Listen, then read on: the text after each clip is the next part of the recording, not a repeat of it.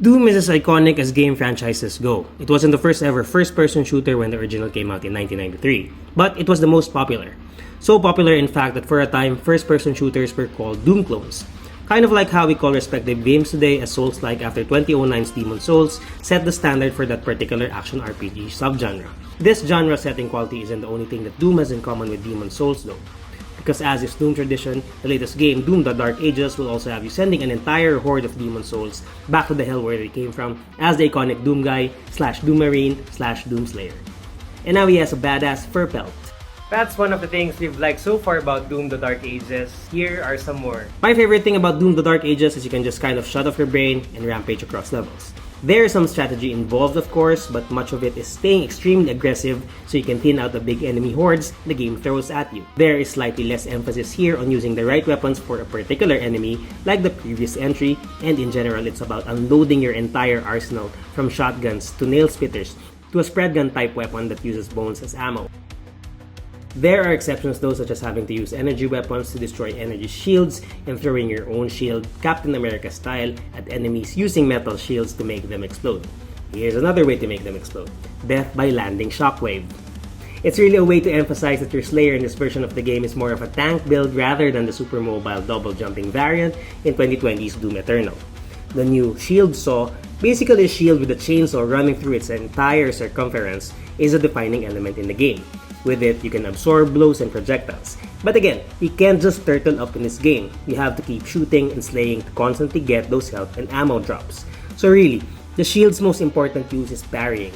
Projectiles and attacks come in orange and green colored variants. Green ones can be parried and returned to sender and is usually the most effective way of dealing with an enemy. You'll be parrying as much as you'll be shooting in the game. The parry timing window is extremely generous though. I'm playing on the third most difficult setting and it's no challenge at all to parry. And reviews say that it's still very generous even on harder difficulties. This perhaps makes it more accessible, but at least in the difficulty setting I've played in, it doesn't feel as satisfying or rewarding as the more difficult games that require more precise timing. One other important use of the shield charge. You lock on and you charge and sort of teleport to an enemy, killing a few others too with its force. And oh, you'll also be shooting down demonic titans, riding mechs and dragons. They're cool but are more simplistic sequences than the core gameplay, whose main function is to be sort of a palate cleanser in between the long shooting levels. The story is more fleshed out too according to reviews, and there is certainly some nice in-game lore to sink your teeth into to help immerse yourself deeper into the Slayer's medieval boots. And another favorite thing, the metal soundtrack. I turned down the sound effects, turned up the music, and it felt like a movie.